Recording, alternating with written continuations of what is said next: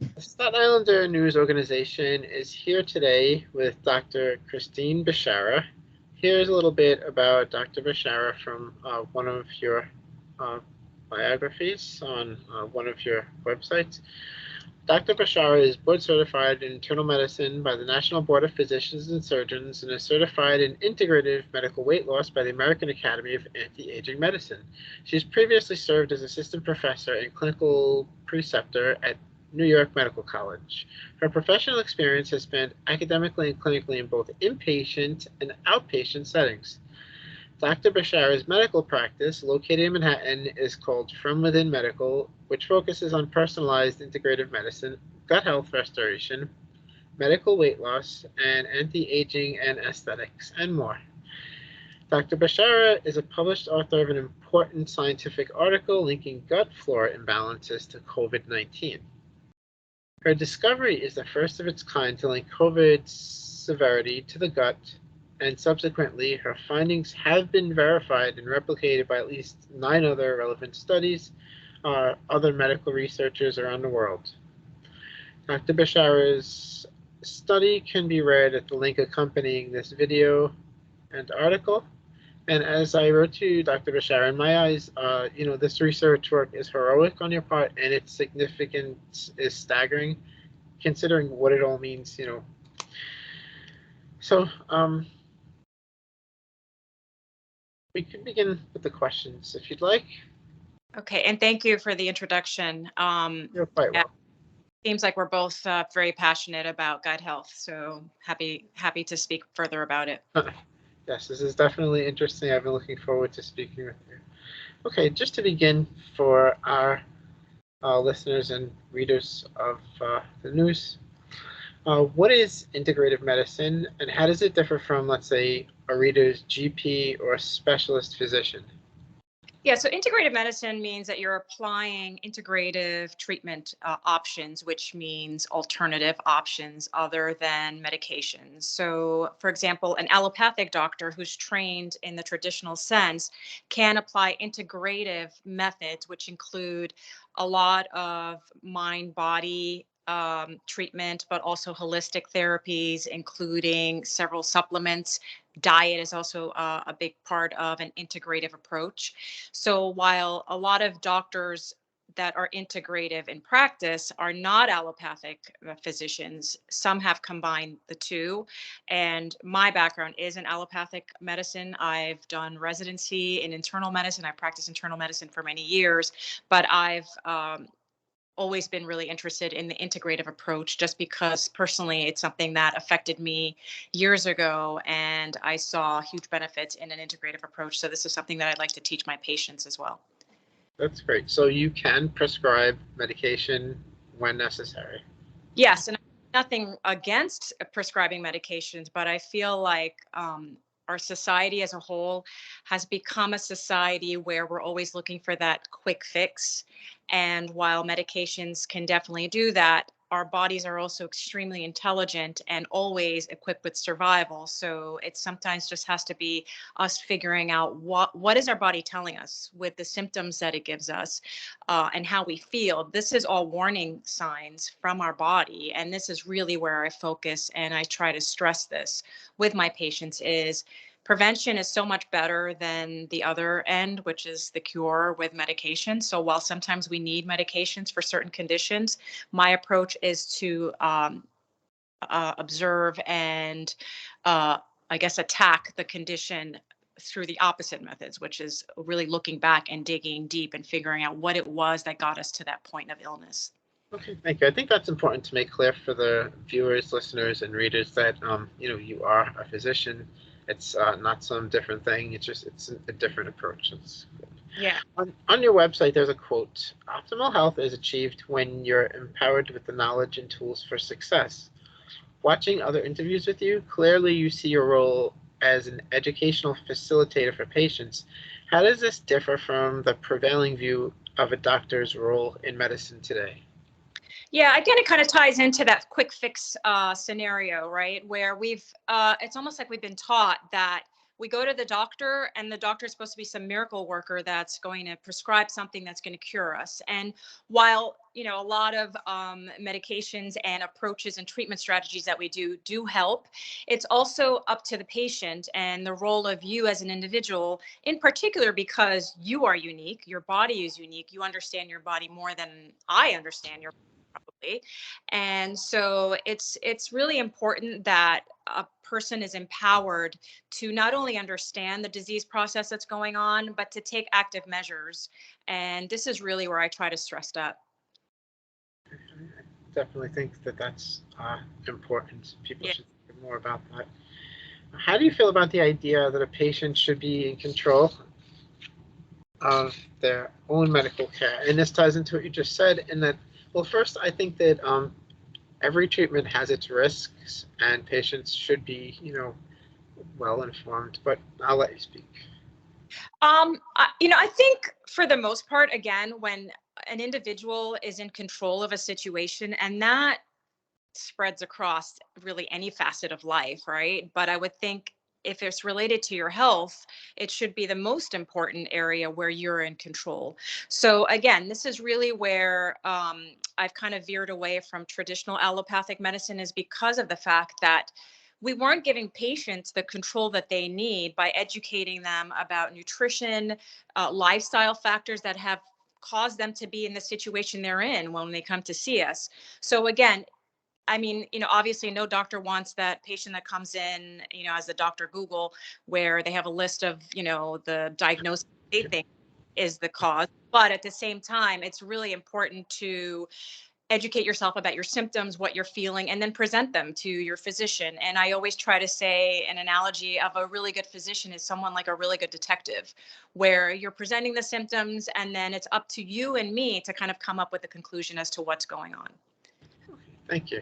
How do you feel when you hear patients tell you that their GP just wouldn't listen? I know a lot of people who, like, in society, like people I encounter when we talk about things, that's a common complaint. All different people, men, women, all ages. So what advice do you have to medical professionals specifically who might be listening about dialogue with patients, and what should patients know about informed consent and their right to choose treatment? Yeah, I mean, it's kind of a loaded question because, as a physician who was in that position of not being able to really adequately spend time with my patients, educating them about nutrition, I completely understand what other physicians are going through. And in the course of how our medical healthcare system is structured, unfortunately, it doesn't provide a physician to be able to have the time, nor have we really been trained adequately, which is something that I really would love to see a change of in the future, is to really be educated in how to talk to your patient about nutrition. But really, more importantly, is to have that time. And I think for 99% of physicians that are in practice and not practicing integrative medicine, unfortunately, there's a lot of time constraints where they're not able to discuss with their patients the alternative strategies. But again, twofold is they're really not given that education. So these are two things that I think are hindrances to the fact that we are not really doing justice to our patients and their health. And I think the COVID pandemic was a really good way of seeing this. We saw that the US didn't really fare as well medically as a lot of parts of the world that necessarily weren't, more industrious than us or had better resources. So a lot of it points to the fact that we're not educating our patients adequately, and our patients, I feel, are craving that information. We just don't have the time, and the way that the system is structured, the ability to really relay that information. Thank you. That's an interesting perspective. Do you feel that fear as a motivating factor is inappropriately used in the field of medicine? In what ways have you observed this, if so? Um, so I guess in terms of that, where fear can be used, I mean, sometimes you can use fear as a motivating factor to someone. For example, if they're a smoker and you want them to quit because of, prevention of a lot of the side effects. So you kind of instill that fear. So in that sense, yes, fear sometimes does play a good role.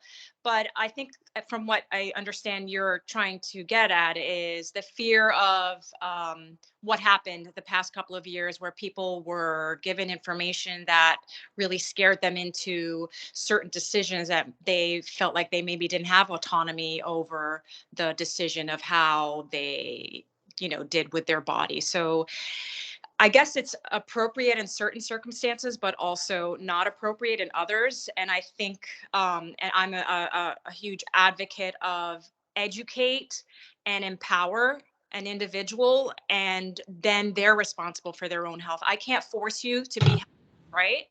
But I can give you the tools and the information that you can further use, then you decide what you want to do with that information. Thank you, Dr. Bishara. What is a better approach of dealing with patients, and what underlying philosophies should fuel it? Yeah, I think, and if you just kind of take a step back and not even think of it in a medical standpoint, but I think every individual, when they're educated about something and they have the knowledge about something, then they're more likely to, I guess, put that into effect versus someone who doesn't have the knowledge. And so, we become a society of not only quick fixes, but we've become a society of almost that person needs to do certain things for me. And yes, as a physician, obviously I'll guide you, but I think, we all have to take responsibility for our health, right? So you can't eat poorly all your life and then become morbidly obese and then say, you know what, I need the doctor to give me a medication to help me lose weight. I mean, there really has to be a responsibility that one takes for their individual health. And so I think just educating and empowering, again, I hate to keep repeating it, but it's really the most important thing is take control of your own health and your own life. Okay, and would you say this is all innovation, like an innovative concept, or does this harken back to an earlier concept of medicine, or both?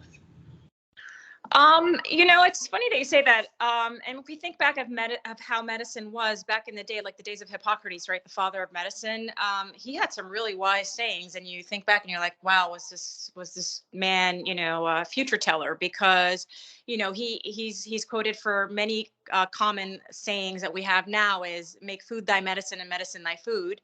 But he also talked about how all disease start in the gut, and he described an interesting topic called melancholia, right? So melancholia, as we know now, means somebody who's feeling down and depressed. But if you break down the word melon, right, it means like feeling bad, right, or depressed. But cholia is coming from the colon.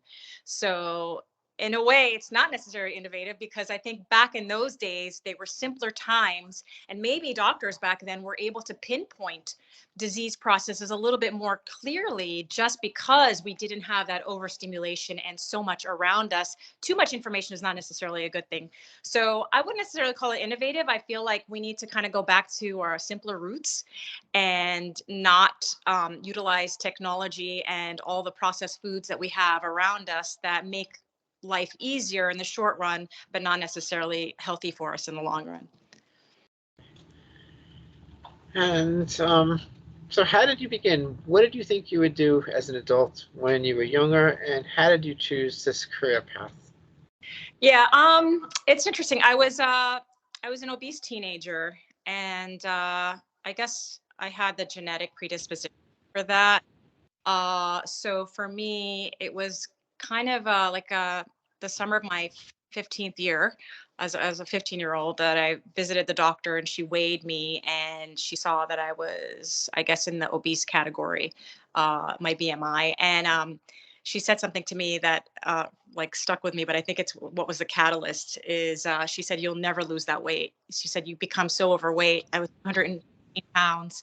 And she said, you'll never lose the weight. And in the back of my mind, I said, no, like nobody tells me that I can't do anything. And so that summer, I kind of just experimented with different ways of losing weight. Back during that time period, we just kind of knew about calorie control, right? So, but then I started experimenting with intermittent fasting, which at the time nobody really heard of intermittent fasting, wasn't trendy at all. But I started finding that I was actually losing a little bit more weight and eating a little bit more.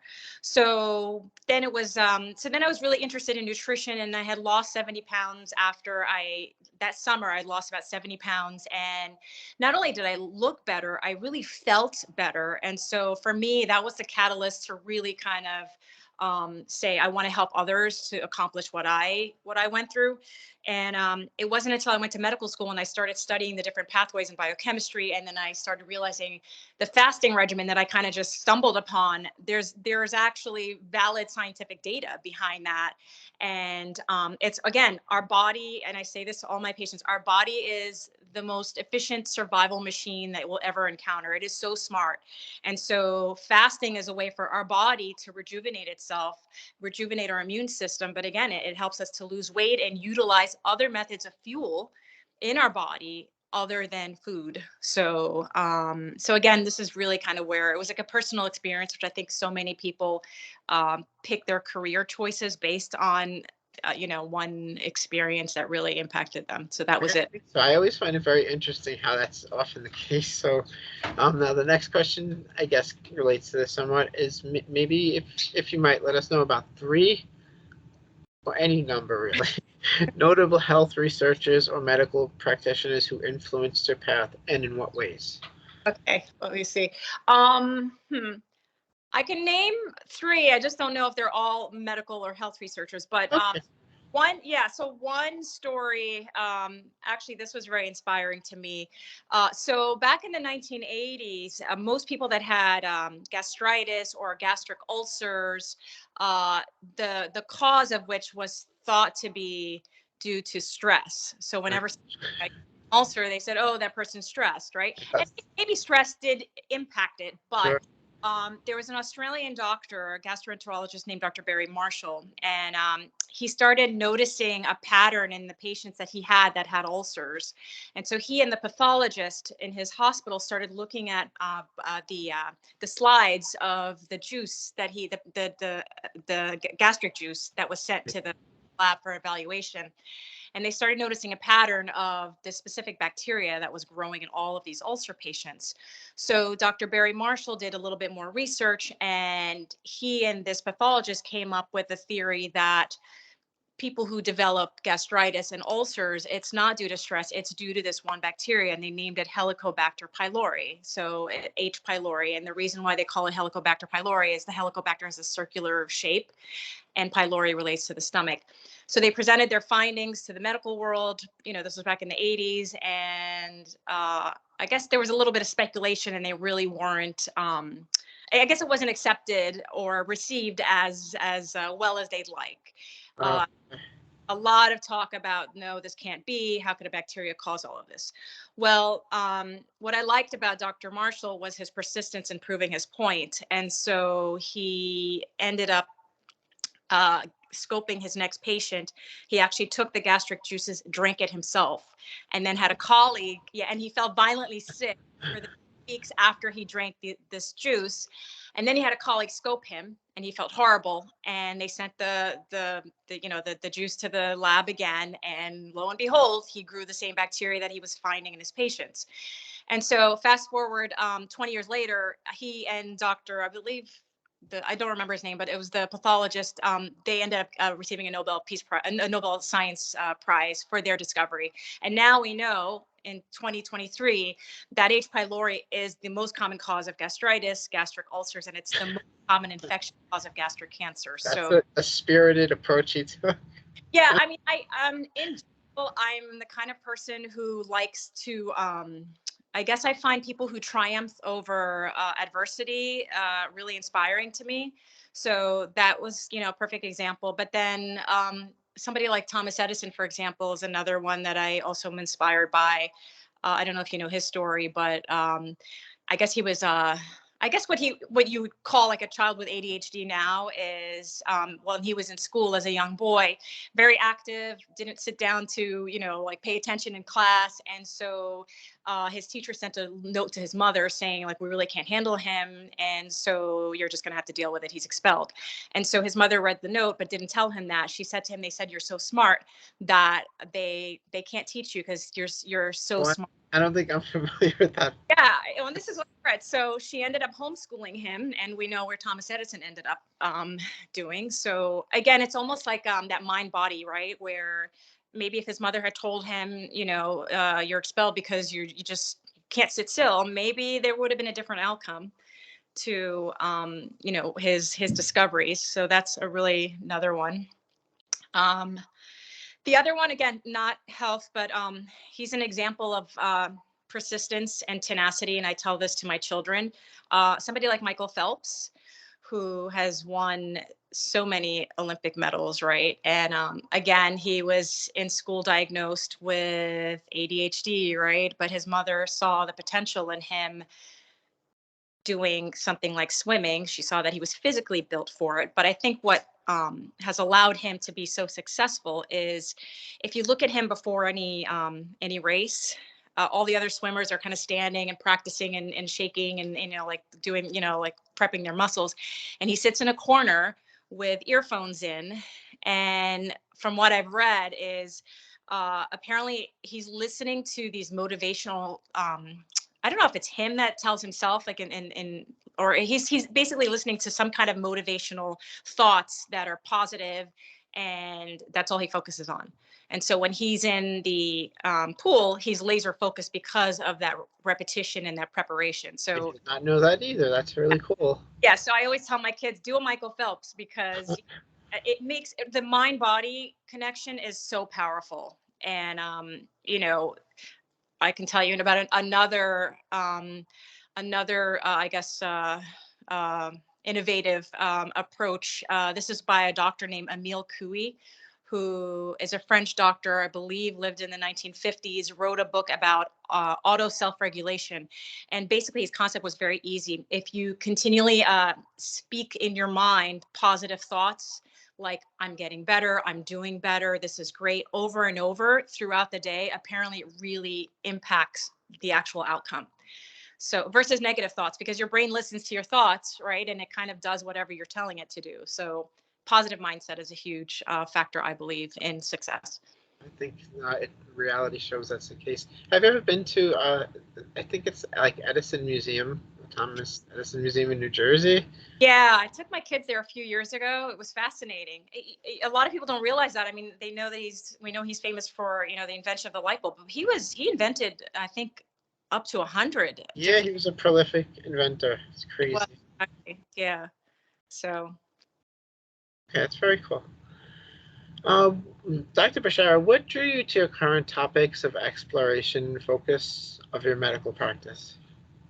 Yeah, I mean, again, like I said, I've always been interested in nutrition, how the role of food plays in our overall health, but also, again, that mind-body connection. And, the gut plays a huge role in that because our gut really regulates so much. We're making neurotransmitters in our gut that a lot of people don't even realize. We're making serotonin in our gut. We're making dopamine in our gut. So I've always been really fascinated by that whole mind-body connection. I kind of stumbled upon the research on the gut during COVID just because of the circumstances where my husband, who's a critical care physician and a pulmonologist, in New York, we kind of got hit with COVID pretty early. So my practice was closed. So I had extra time on my hands, where he had the opposite effect where, they were kind of, all his colleagues were thrown on the front line seeing these COVID patients in the ICU. And so we kind of just talked a lot about what he was seeing in the ICU. And it was quite interesting. And so that's how we kind of came upon the study relating to the gut and why children were protected. So. Okay, thank you. From within medical, your practice, is described as, and I quote, a medical wellness practice that places emphasis on the mind-body and gut-brain axis to prevent and manage disease on your website. Can you describe, I guess, briefly the nature of the interactions on these axes, and how does this differ from the prevailing view among most other allopathic doctors?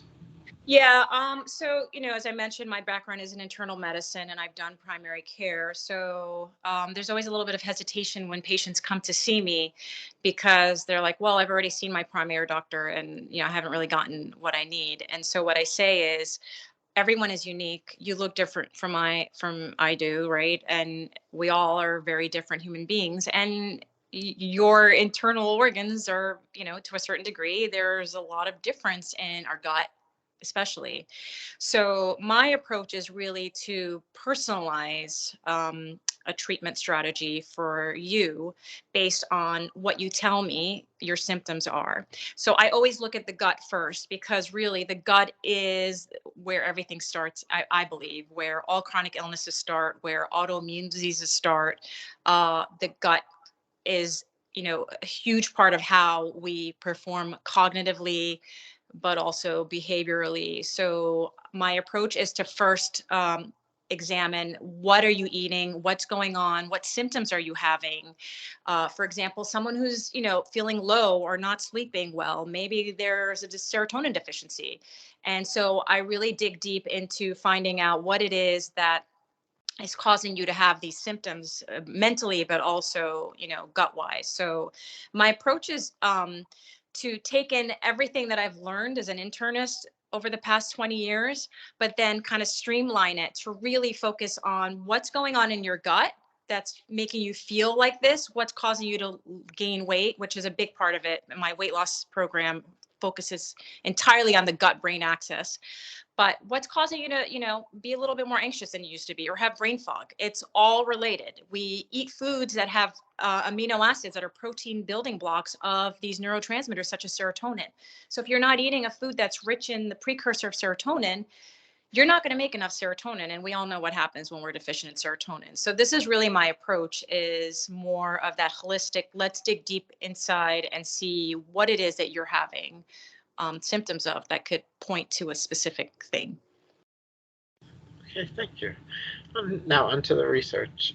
Dr. Bishara is co-author of an important study, as I mentioned, first of its kind, regarding gut flora imbalances and COVID-19.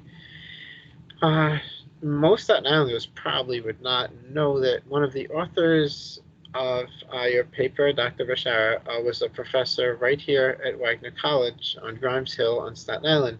How did you get involved with that individual? Well, I don't know if I had mentioned this. I did my residency actually in Staten Island. So Staten Island holds a dear place to me. I actually met my husband in Staten Island as well. Oh, that's cool. Okay. So we both did residency at the time, what was called St. Vincent's Hospital. Right.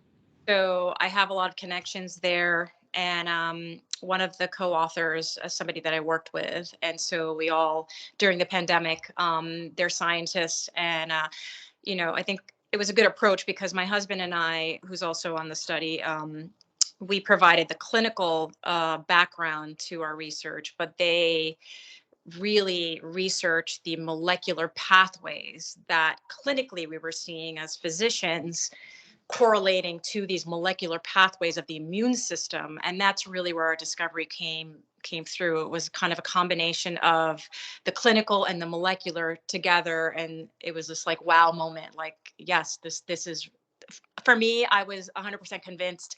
For some reason, I just knew pretty early on that the protective factor in children was this one gut bacteria called bifidobacterium. Uh, but you know, I don't know what it was that just made me so confident in it. And as physicians, we're always afraid to kind of stick our neck out. But the good thing is that, and I can explain the process of how we came to that discovery if you'd like. Sure. I'll try to simplify it as best as I can. So for the most part, children were not really getting as sick as adults. So we started kind of thinking about what it is in children that protects them, right? What is that protective factor? And just from somebody who, knows gut health pretty well, I knew that children's guts are very different from adult guts. And partly because, as a child, you're born with that innate immune system. But then over the first few years of life, your immune system's building, right? And this is why you expose your kids to certain things so that their immune system builds over time, strength, and that's called the adaptive immune system. So in their gut, they have a very high concentration of a specific bacteria called bifidobacterium. And bifidobacterium is not a new bacteria that we've discovered. It's present in most probiotic formulations because it's been thoroughly studied in the past to be beneficial.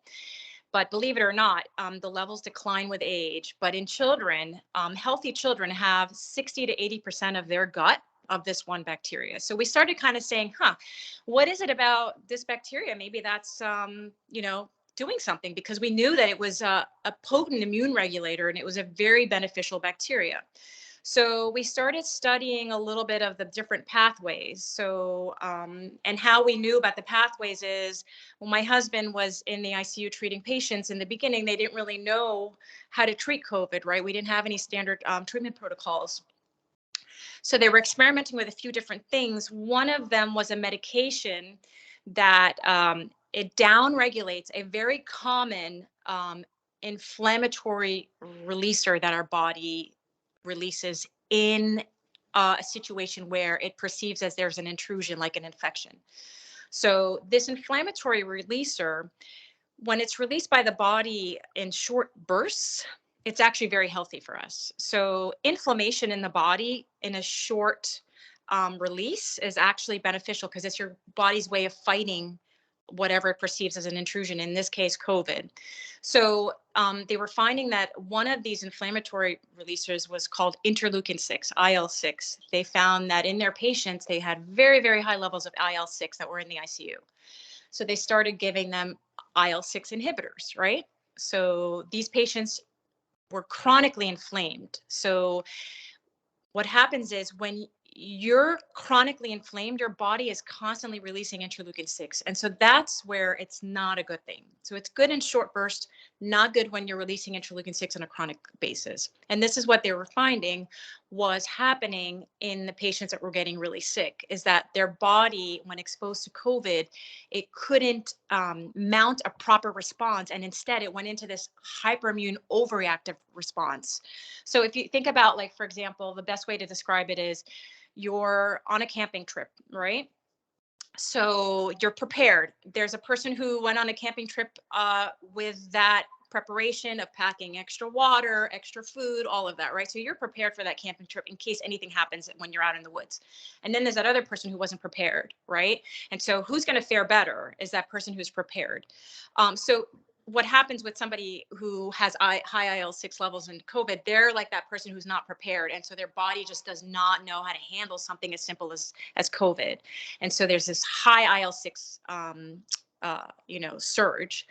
But the important thing to know is, most people that got really sick with COVID were very deficient in bifidobacterium. Now, why is that important? Bifidobacterium, when we started studying the pathways of how it functions, it's a potent immune regulator. So what does that mean? It downregulates interleukin 6. So in children, because they have such high levels of bifidobacterium, it immediately downregulates the interleukin 6 response, called the cytokine storm, which happens in people. And so when a child is infected with COVID, their body's immune response, because of the bifidobacterium, right away, they don't mount that huge inflammatory process that causes more illness. And so that's why they don't get as sick, is because bifidobacterium functions as this really amazing immune regulator for the body. So I hope that made sense. Okay, yeah, I think that was a good explanation. I think that pretty much did it. Okay. I've heard you say in other interviews that you started this research when we were all sidelined. You were sidelined during the lockdown. Where was your mind the day you started thinking about this more deeply?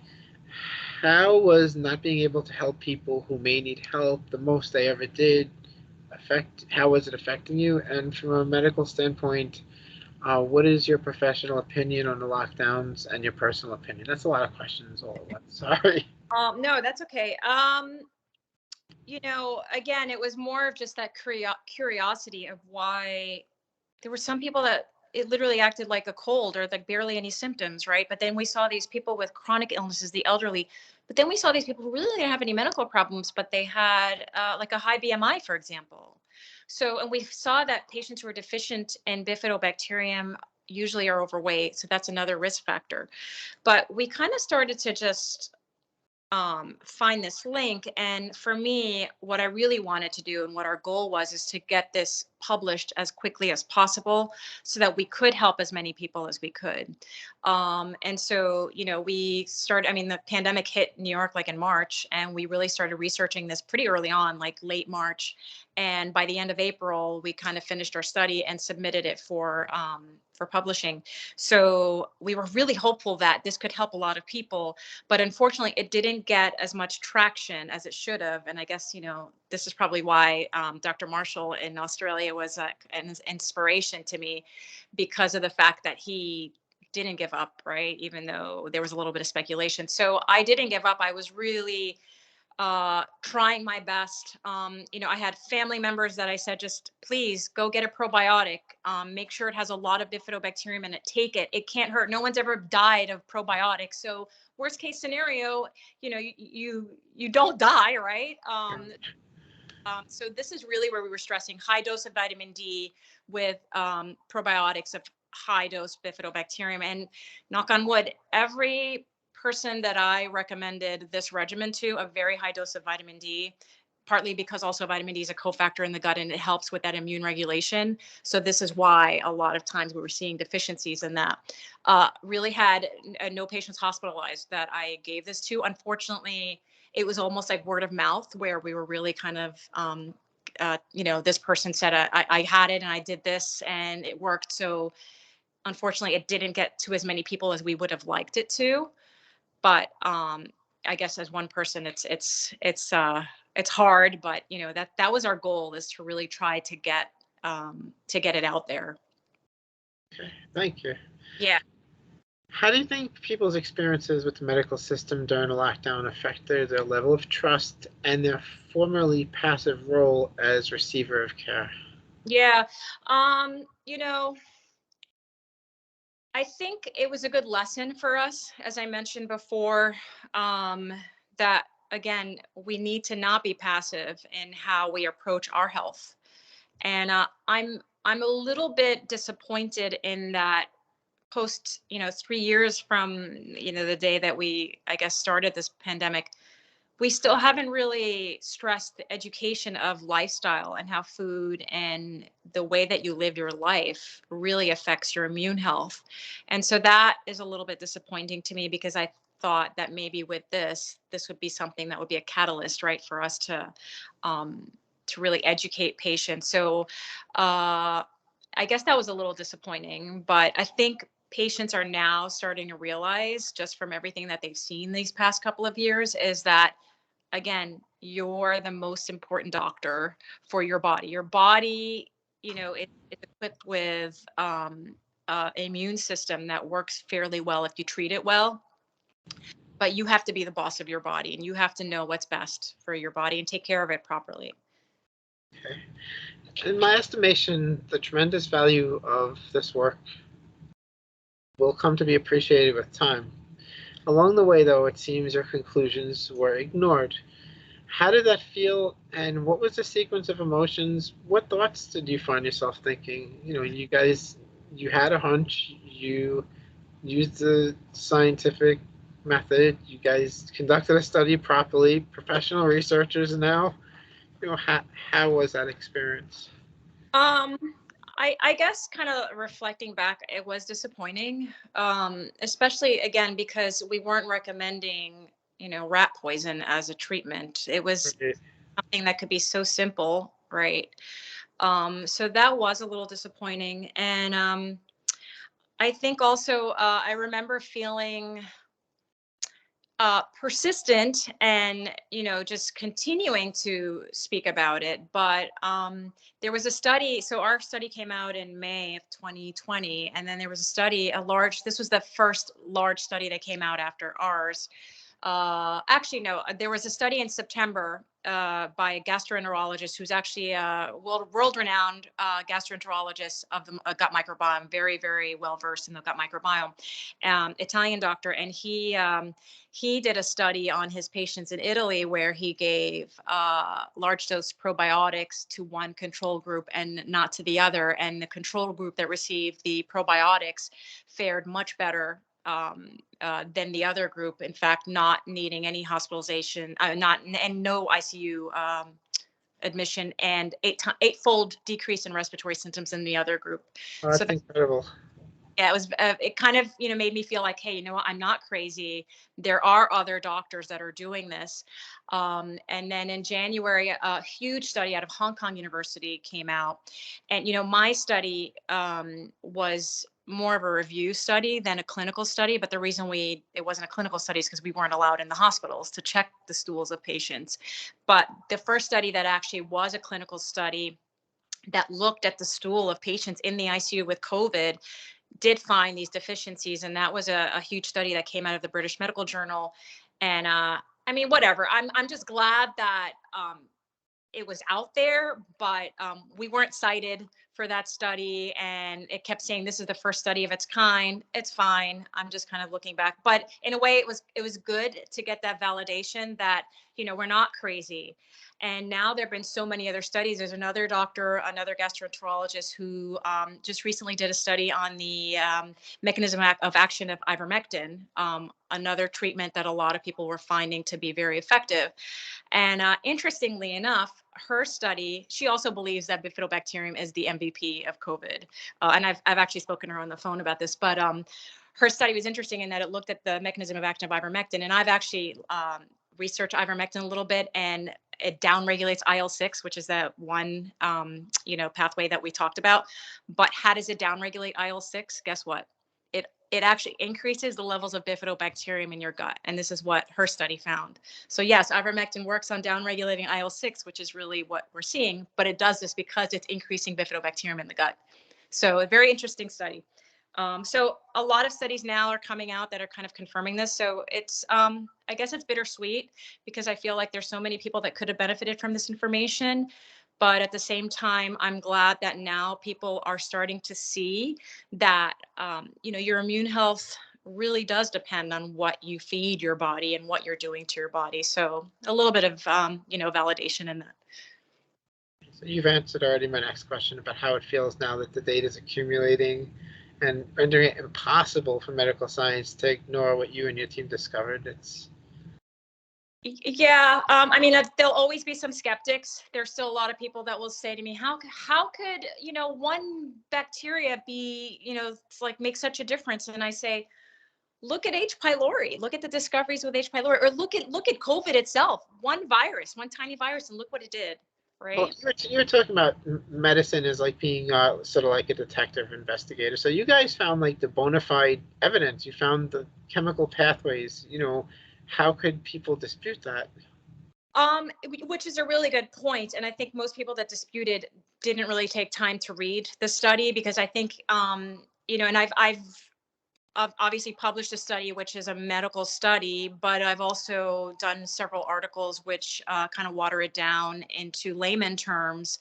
So there are a lot of people. I have, I started a social media account during COVID just because I wanted to get this information out. So, I think most of the public can understand the mechanisms if they actually take the time to read it. But I think, again, unfortunately, our society has become a society of like, I don't understand how, like they don't want to take the time to learn something. They just want to know what's the end result. What do I need to know? So I guess there'll always be individuals who really rely on others to take care of them versus individuals who take their health into their own hands. Okay, thank you so much. Now, as a medical doctor, you've learned the scientific method in grade school and again in middle school, high school, university, medical school. How do you think the COVID response was a failing of the scientific process and respect for the scientific method? Yeah, that's a tough one to answer. I guess kind of just looking back, we've never really been in this kind of situation before, right? Yes, I guess we can always play Monday night quarterback, right? Where we kind of, but yeah, I think there should have been more ample opportunity for a lot of scientists and doctors to present valid research. And I think many doctors were not given that opportunity. And so that is a little bit disappointing. But I think, again, there's so many things that you reflect upon in life that you learn in hindsight. So maybe this was a good lesson for all of us to, again, I mean, I hate to keep reiterating it, but rely on yourself, rely on your information, rely on your body to really be the best doctor, because you're your best advocate. And as much as others may want to help you, again, no one's going to care about you and your body as much as you do. So do your research, look into different methods, be open-minded. And I think that's maybe a little bit disappointing, is that many doctors who had valid theories were not able to really present them properly. Dr. Bishara, your husband is also a physician. What was his reaction when your research was vindicated by independent research groups around the globe coming to similar conclusions? I mean, my husband was part of the study. He provided a lot of the information. So Oh my gosh, I didn't know. Okay, cool. he's on the study as well. But I mean, he's always been very supportive of me. His field of practice is very different from mine. He's in always situations that are kind of life or death. So in a way, maybe he functions really well under pressure. But in a way, I guess the way that I approached the study and the sick people, it was more very passive, right, in a very passive manner. So he's always been very supportive, but I guess he was happy when it was vindicated, because he saw that I was a little bit disappointed. But and then it's interesting because we didn't get COVID. We escaped about a year of not getting COVID, and surprisingly, he didn't get COVID for over a year and a half. Like, even though he was in the ICU all the time, but when we all got COVID like last Christmas, and it was funny because all my kids were like, "Where are the probiotics?" And they're all reaching for the probiotics and the vitamin D, and like my husband too. He was, so. But it was funny. So. Dr. Bishara, what does the entire COVID scenario, your experience, I mean, from your perspective, show us all about how the medical system and its integration into society must change? How must society adapt? What are the greater hazards in all this?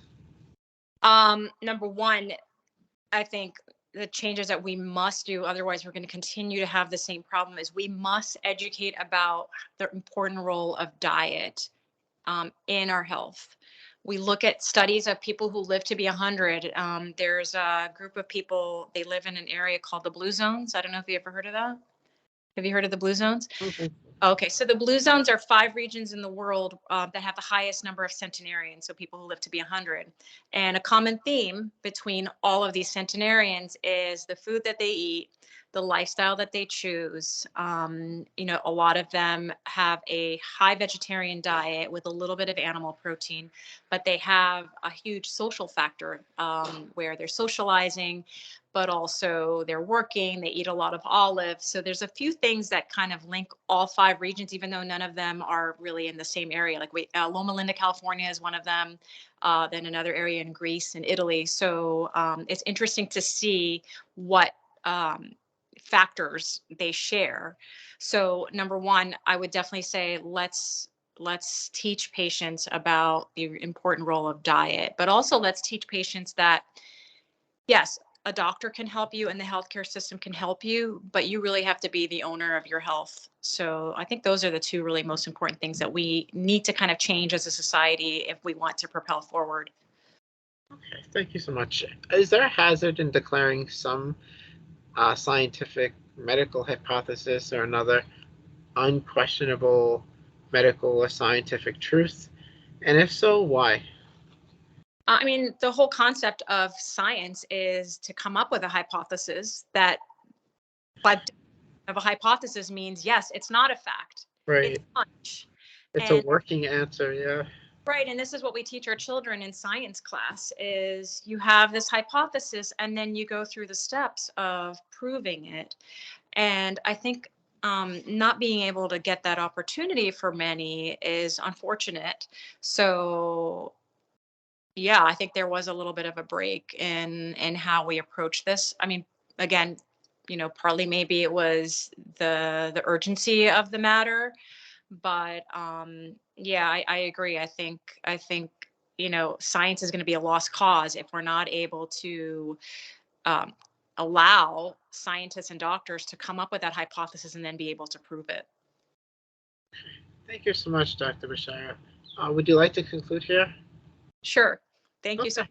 So this is going to be the first installment of a multi-part interview with Dr. Christine Bishara. So please come back and you can find the others in future. Thank you so much again for your time, Dr. Bishara, your insights and your experience. And I didn't realize that that was actually your husband in the study. That's crazy. So it's like a family thing. Um, I think it's great that all you people who were working on it, came together to do this because it's so important. And it's crazy that you weren't credited. That at the time research was, not really so openly acknowledged. It's strange how things could so quickly change in society to that point. So Yeah, I mean, if you think about a lot of discoveries, they weren't initially accepted. I mean, Einstein's theory of relativity was not initially accepted that either. is true. Yeah. Yeah, Yeah, so this is a major innovation, in fact. Yeah. I think gut health in general, I don't want to take credit for this, but I think gut health in general is proving to be Sure. really Yeah. the future of medicine, in my opinion. Thank you so much.